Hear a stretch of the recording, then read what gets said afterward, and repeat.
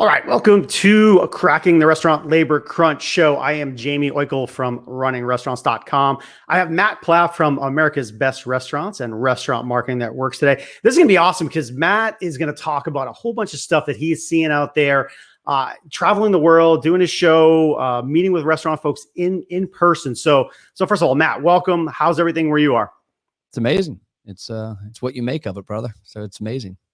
Yeah, he's got a lot of exciting news going on in the background. New office, new studio there. A lot of great stuff happening in your business. Yeah, he's fancy now. He's officially fancy.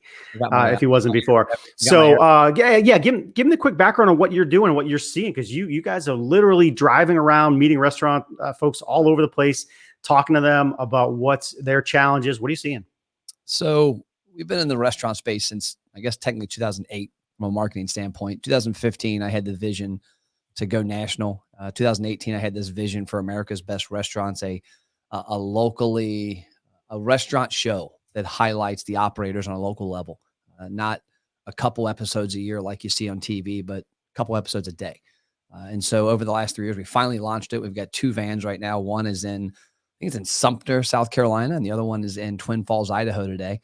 And they go around. I'm with them sometimes. We've got a team. I think there's 11 people now that go around and film content. They're 3 to 5 minutes, sometimes 5 to 8. Basically, the concept is we're at a restaurant you should know about. Let's talk to the operator. These aren't mass chains that have no operators in them. These are locally owned and operated restaurants, whether it's a franchise or independent. But the concept is to tell their story and then why you should eat there in 3 items. And what's cool about it is it allows me to get in front of and see a lot of cool stories. Like today, we literally are putting the plan together. It's kind of funny, like what you said there triggered a plan I'm putting together. I gave all of my employees now an initiative. When they're on the road, including myself, I want an email every day of a restaurant you visited and something unique. Like you talk to the owner, they're doing this cool thing in their bathrooms, or they've got this new menu item, or they're perking their employees, or whatever it is. There's a story in that restaurant. I mean, we're seeing 8 to 10 a day per van. So if you do the math, there's 2, that's 16 to 20 Monday through Thursday that my team is in, myself or other people in the team. The vision is 10 vans by the end of 2022 and 50, one in every state, by 5 to 7 years from now. And they're basically, it's a online YouTube social media company. It's all video. It's all locally owned, operated. But what's cool is you get to see the stories. And like you're talking about labor crunches today, I've been to restaurants that have too many employees in the past couple months. I've been to some that couldn't shoot the episode because they had no employees. And there are some common traits you see on both sides of the equation. And it's cool because we're not on Zoom. Like we never stopped traveling when the pandemic, and some people think we're crazy, but when the pandemic hit, we put our foot on the gas. I was on 200 plus planes since the pandemic hit. You know, we've been all over the country. We've been to thousands of restaurants, and being on the ground and talking to people is much different than seeing and hearing things from other people or over a Zoom call or on a phone call. When you're in the restaurant and you're watching, you get to see a much different perspective. Yeah, well, 100%. So let's go to 2 or 3 stories. Just it sounds like they're coming in like rapid fire. So what are 2 or 3 things that grab you from the most recent thing, a unique thing, a call out? What do you think? So from a staffing standpoint or from just the restaurant itself? Well, right now, I want to get into staffing, but I'm just curious. Like, is there something really, really catchy that just jumps out at you from a unique story that somebody did something in the last little bit? Wow, put me on the spot. I'm literally thinking about these. We're writing a book about them too, by the way, these stories of meeting with these operators. That'd be great. Let me think. Wow. If you put me on the spot, there's a lot of them. I'm trying to think one that really sticks out. A couple weeks ago, at a restaurant, and I don't like to mention the names because some of them do great, but we're going to mention those in the future. More than anything, seeing the way the owners treat the staff. I was at a restaurant the other day. I go 2 sides of it. I was at a restaurant that I ate at, and the owner saw me there. He was on his video cameras. I wear orange all the time. Ironically, I'm starting to work at his restaurant part-time in a week for 2 days a week, just because I want to understand the front of house better. And my employees are like, yeah, like you have free time. I'm like, well, I'll make it to understand it. But he texted me and he said, how was your meal last night? And I was kind of cracking up. Like, how'd you know I was there? He's like, I saw you on the cameras. There's not too many guys that look like you with orange everywhere. Yeah. And I saw your wife and daughter. I said, I said, well, it was great. The meal was great. He goes, how was everything else? I said, the atmosphere was a little down. I said, your employees weren't talking to each other. They were like robots. There was no fun. It was just like they did their job. I mean, the food was excellent. It was prepared right. There was no issues at all, but it wasn't over and above. Whereas a couple places I've visited recently, the employees are joking, they're having fun, they're dancing to the music, they're happy to be there. They weren't robots. They still did the same exact job at the end of the day, but I had a smile on my face a little more because I heard the people in the background cracking jokes and high-fiving each other and talking trash about their football team. So to me, those are two things that stand out. You got to ask yourself that question, why? Like, why is one different than the other? Is it leadership? Is it the managers on staff? Is it the people you're hiring? Is it the brand, the concept? So that's a big thing. A couple of the things I've seen recently too that really stand out, honestly, are the ways that people are, how do I say this? They're menu items. Everybody can do a burger. Everybody can do a corn dog. Everybody can do chicken tenders, but it's how they're doing them differently. Uniquely. I had a corn dog. I posted a picture on Instagram of it yesterday. I was at a place in downtown Cincinnati. I had a corn dog with the owner. I'd never seen a corn dog like this. And that to me stood out because he could have been normal, but he went way different with it. So that's really cool. The other thing is atmosphere, is environment in the restaurant, is things that people have done, where, how some place you go and they got the uniforms, they got the stuffy uniforms. They all look identical. Went into one recently and everybody got to wear their favorite. One day it was their favorite Rock t-shirt. Today was Rock It Out. I don't know what day it was, but it was like Rock It Out Tuesday. Everybody wear your favorite throwback rock and roll t-shirt. People walking around with Led Zeppelin and Def Leppard and NXS shirts. I've seen it. The same place does it. Sports theme. Wear your favorite basketball, your favorite football. And then it just creates a little different atmosphere than everybody wearing the same blue shirt with the logo every day. Yeah, I think it's funny. I want to go the night you're on shift. So this is great. So you're going to go in, you're going to work, you're going to feel it. I think that's great because you're talking to restaurant owners all over the place. So you want to feel what that feels like. Let's get into the attraction of staff. So you're zooming around, you and your team. Everybody in the country, not every, 98% of restaurants are looking for people right now. That's just a common theme.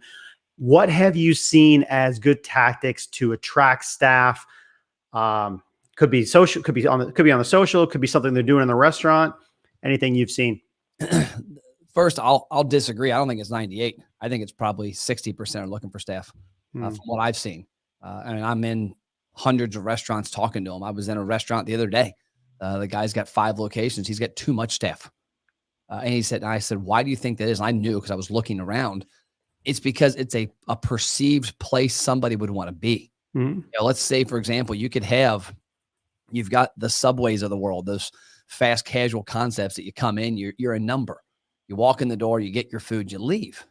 Well, how about make people not a number? How about create an atmosphere that people are excited about or entertained by? I've got owners that I see online that are on, like, I don't know if it was Sean from Cali Barbecue out in San Diego. He's online all the time. He's on there telling the story. He's got his employees doing videos. It's the perception that it's not the normal blah place. You know who Deion Sanders is? Of course. No. You know Deion Sanders. Player? Yeah, the football player. Yeah, of course, sure. Follow him on Instagram. He's the head coach of Jackson State football team. Yep. I promise you they will be a power in the next couple of years. Why? The dude is live every day, all day. No joke. Like he's got a segment where he's icing his feet every day. He's got his segments where he's joking with his coaches. He's got segments with his kids because 2 of his kids play on his team. Okay. He has created a team. Like they always say, that's a coach. That's a player's coach. This dude is so on point with the people on his team. I would imagine I'm 45. Deion's got to be 55 to 60, I would think. But Deion, that normal 60-year-old football coach is not relatable. Like the Steve Spurriers of the world and guys like that, they're not on TikTok. They're not on Snapchat. They're not on Instagram. And so they're the fuddy-duddy. Like they might have the greatest place, the place to get you in the NFL, but that's it. It's a job. You're going there to play football and you leave. Dion, the story he's creating around Jackson State, and you ought to see it, man. I don't know what they're spending on media, but they've got film crews. They've got it all. I promise you in the next couple of years, as long as he's there, that school will become a power because kids are like, I want to go there because he's on their level. Well, you take that exact thing. Look at Deion Sanders, what he's doing with Jackson State on Instagram specifically, and do that with your restaurant. You look at restaurants. I have a 17 and a 19-year-old. My son and daughter both have jobs. Right? They're both not working now because of sports. My daughter plays in college, my son in high school. When the off season's up, they will have a job somewhere. They're not going to go somewhere that's perceived that sucks. They're going to go somewhere that has a perception of this is cool. My friends work there. I heard this from a restaurant owner the other day. He's like, you know why we don't have a staffing problem? I said, why? Our employees bring their friends in to work every week. We have a line of people wanting to work here because, one, we treat our employees with massive amounts of respect. We don't step on them. They still get the same perks they got 3 years ago in the restaurant business, which was schedule flexibility, getting off certain times. Hey, there's a Metallica concert tonight. Can I get off last minute? No problem. That's why people got in the restaurant business a long time ago was it's not a 9 to 5. It's, hey, I'm going to take your shift, take my shift. Well, there's a lot of things that have disappeared from that. And these employers I'm talking to that don't have staffing issues, that hasn't disappeared. But also it's a cool place to work. It's fun. The atmosphere is vibrant. They're on Instagram and TikTok. They give the one restaurant had a phone at a couple, I guess call them phones, iPods, whatever you call them, the ones that don't have cell service. And they have those only for social. They're hooked into the Wi-Fi. And it's like, hey, we expect all of you to have fun on the shift. I want TikToks. I want stories. I want boomerangs while you're working. Walk up to a table. Hey, it's her birthday. Boom. They're doing cool stuff. Right.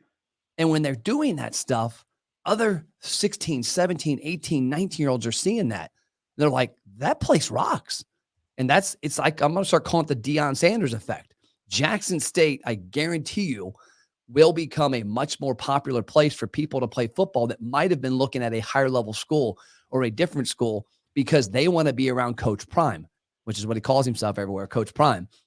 They want to be around him, not around the fuddy-duddy coach down the street that pulls up in his Cadillac, doesn't talk to anybody, doesn't know how to log into social media, and has no personality, which is, I played football in college. That's most coaches. And so I think the restaurant's the same way. If your restaurant is that, even if you're a Subway, you don't have to be yellow and green Subway and do nothing. You could still come in every day and be the crazy owner that's on TikTok and Instagram and doing all this fun stuff. You have to make the environment where people want to be. Yeah, I mean, you hit on a lot of things there. And one of them is really this kind of almost a gut-wrenching, soul-searching aspect of the business is if you are one of those places that is kind of perceived as blah, like why is that? Like what is your vision if that's the case? And you really, what you're talking about is putting your marketing hat on in a completely different way. And you should anyway, but now both to attract staff, but to attract customers, you have to have a completely different mindset. And you could easily argue with COVID that there may have been too many restaurants in the marketplace. Maybe places needed to die off because they didn't deserve business. And you're right, there are, and my number was way high because there are places that are so great that, they don't have trouble getting people because of the culture that they have in them. But I talked with someone yesterday, and even though they're doing very well, they've taken a very proactive mindset right now in terms of recruiting folks and finding folks. Have you seen any kind of good proactive techniques outside of, obviously being that place that you want to work? Have you seen? Proactive tactics, I think programs for employees to refer and, not signing bonuses for the person coming on board. I've seen that a lot of places. Oh, you get $1,000 for this, or come in $100 for an interview, and you got your current employees like, well, where's my $100? I've been here for 5 years. Where's my signing bonus? They're doing things for the employees to get people to walk in the door. Hey, how do we get your friends here? How do we get, and it all goes back to culture, obviously, but they're doing things for the employees, not for the other people. I saw a restaurant recently was throwing pizza parties every week. And I heard this from employees, by the way, and saw it offline in some private places. But this place was throwing pizza parties for hiring fairs. The employee said, where the hell's my pizza party? I've been working 80 hours a week. Where's my pizza party? And so think about it. Like if you're not taking care of the home base, Why are you focused on getting new people? And so that's some of the things I've seen. You talk about outside of social media, outside of being the sexy, cool place to work.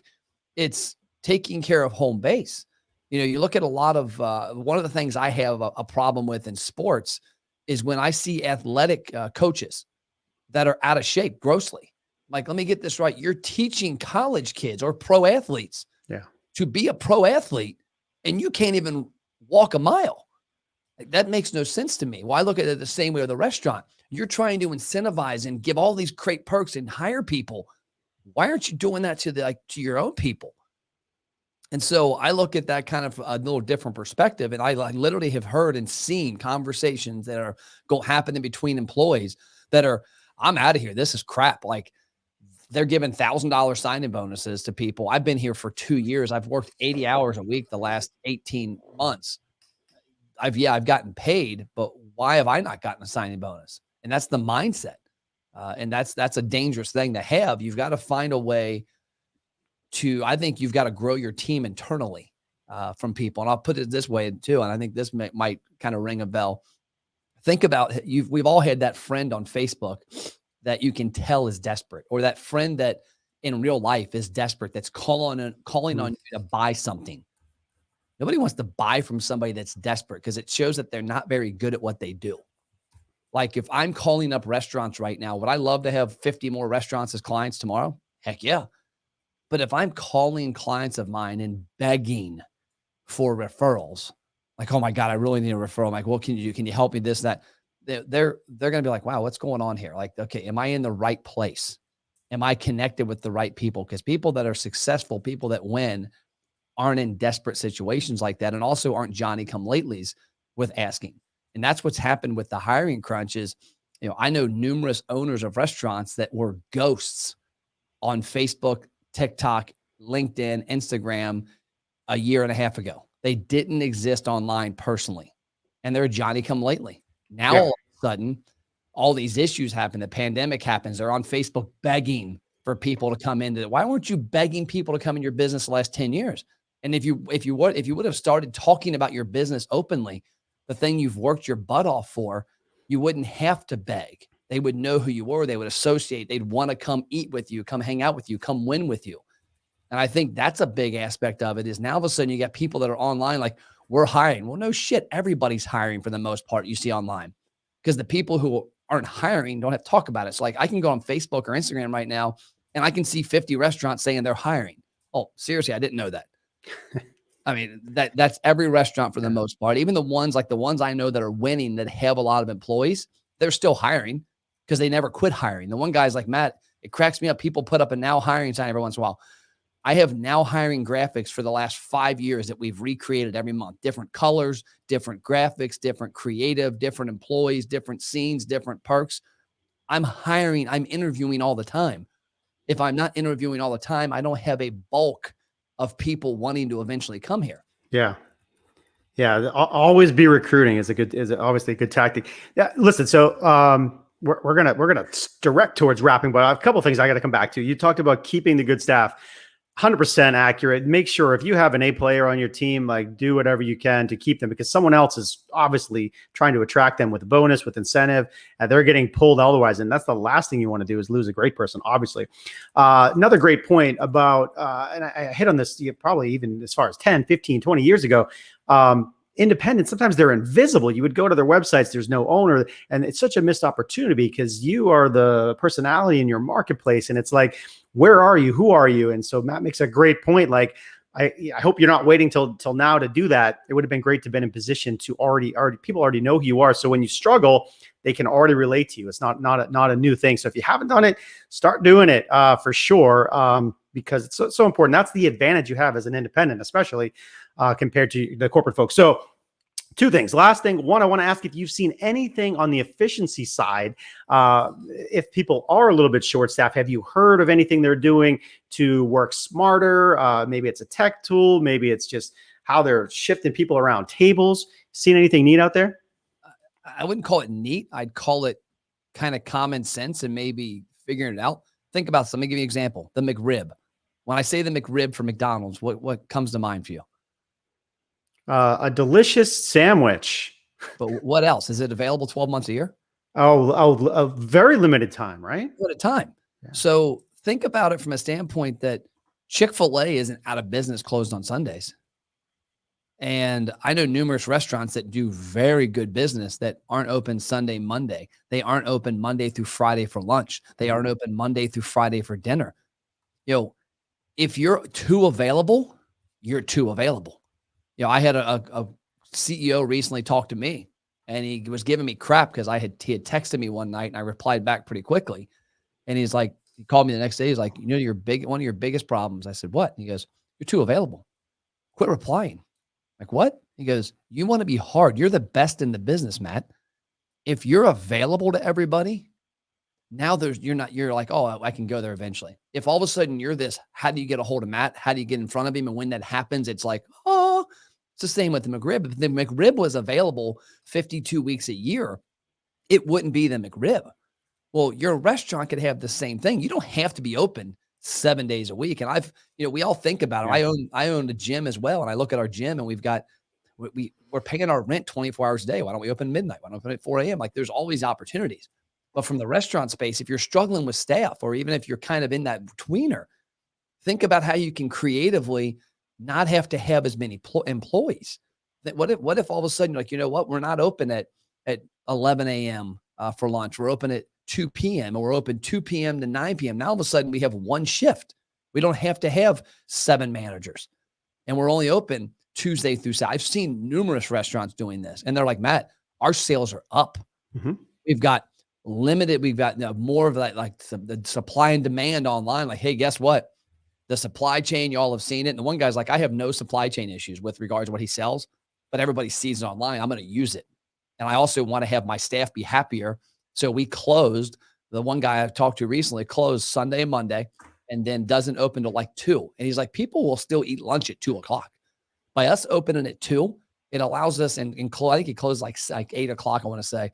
But by us doing that, we still get a lunch and dinner rush. We just contract when people are come, and we market that, hey, we're doing so well that we don't need to be open 7 days a week, 24 hours a day. And at the same time, we want to make sure our employees have a life. And with supply chain issues, we have limited availability of certain products. So get in here when we're open. And people are flocking. He's like, my sales are up, and I have 30% less hours open than I did 2 years ago. And my employees are happier because guess what? Now I only have 2 managers for those days instead of needing 5. And I don't need 30 more employees because people come in and work a shift. They don't have, there's not multiple shifts in and out. It's the same people. Yeah, it's very counterintuitive. People they get a lease, they feel like they need to be open every single minute. I got to have people. What if someone knocks on my door? But 100%, you got to run the break even. When are you profitable? There are times where you're not going to make money, so close the doors can be the smarter decision for a lot of reasons. Fixed costs, variable costs. We get into that, a whole separate conversation. But our goal in the labor crunch is to be 15, 20 minutes. But Matt's been great, and I want to spend 3, 4, 5 more minutes because he specializes in marketing. So you've already hit on a bunch of things, but let me ask you this question. You have the right staff in place. You're looking to drive business in. You want more business. Things are going great. What are 2 or 3 things you recommend folks do?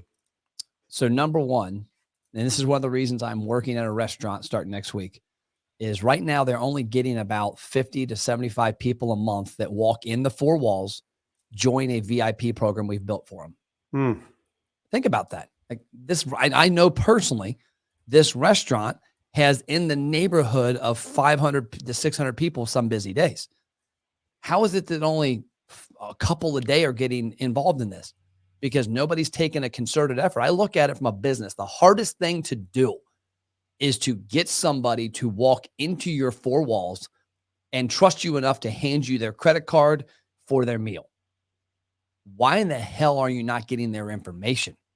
Why aren't you having just the same exact SOP you've got for washing your hands and putting gloves on and how the tacos are made and how you take their credit card at the register? Why is there not a system in place to go, hey, I see you got your tacos. I know you love those. You want them free your next visit? Yeah.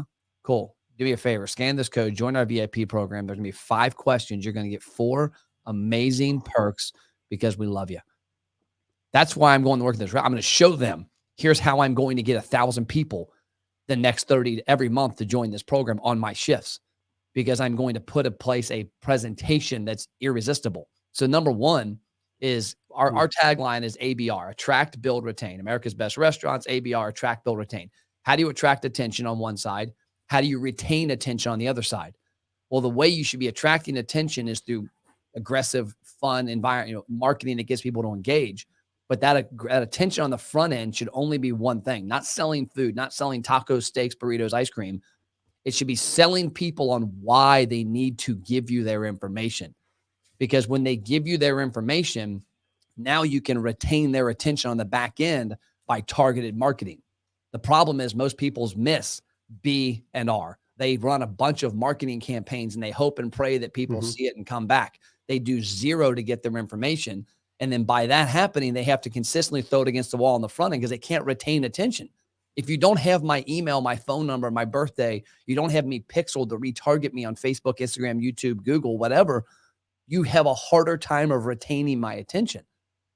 And so the biggest thing, everybody that comes in contact with you, your website, your Facebook, your Instagram, in your restaurant, your online ordering, you better have a tactic to get all of their information. And it's not hard. We literally will see 900 out of 1,000 people on a consistent basis that we ask a question and get them to take the first step will give us every piece of their information. This is the biggest rant for me forever, because I agree 1,000% with what you're saying, and every restaurant should do this. Why they don't do it, I still can't figure out. But if I go eat 50 times in a restaurant, I get asked 1 to 2 times for my information. Like, it is a staggeringly low percentage. And I know they had a pre-shift at some point. I know they had a meeting. I know they talk about it, but it gets dropped like a rock. They don't do it. It's a giant miss. And then let's say the times I do give it, half of those times I don't end up getting put into their database and getting the follow-up. It's a gigantic miss. So to you, that sounds like that's your number one thing to make sure you're doing right marketing wise at your restaurant. Capture that information. It's number 1, 2, 3, 4, 5, 6, 7, 8, 9, 10. Yeah. It needs to be ingrained. I mean, think about how ludicrous it is. I mean, somebody has taken those efforts. So why are you asking for their credit card? Why not just get rid of that? You know what? Food's free. Food's free. You don't got to, Susie at the register, don't worry about getting payment from them. I mean, you're asking for payment for one visit. I would rather have their information. I mean, if I owned a restaurant, this might sound crazy. If somebody wasn't in my database and they walked up to the register, I go, hey, you're here today. I want to give you today's meal for free if you go on this iPad, scan this code, and answer 5 questions. Because now I have the ability to get them back 50 times versus 20 times. And those 30 visits I'm going to get on incremental far outweigh the cost of that first meal or a free dessert or a free cookie. I mean, people are easy to bribe. Just look at our freaking politicians. Consumers are even easier.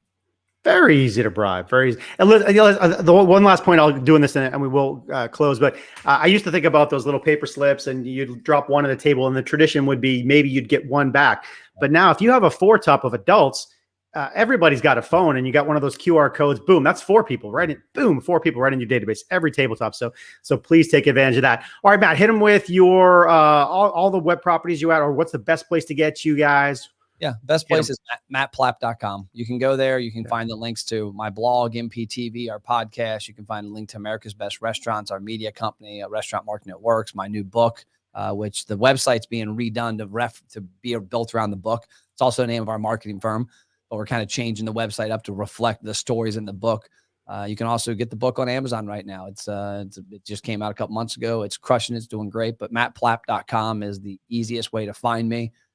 And find out what we're doing. And, whether you want to become a customer or you're looking for advice, I get a text every day from a restaurateur that has no need for us, or at least can't afford us, or doesn't know they need us, but they ask a question and we respond. Hey, here's what I would do. Yeah. Listen, if you haven't seen Matt before, check him out. He is all over the web, and they are on a skyrocket path. They're zooming now, so you're going to see him more and more and more. Matt, I appreciate you being with us. We'll be in touch. We'll get you back for another episode where we dig into this marketing stuff. Thank you, sir. This has been Jaime Oikle from runningrestaurants.com with Matt Plapp from America's Best Restaurants and Restaurant Marketing Works. I want to thank our diamond sponsor, Performance Food Service, for being a part of the Restaurant Labor Crunch show. Their support is helping us put this together. So, Matt, everybody, we'll see you soon. Thanks much. Thanks, sir.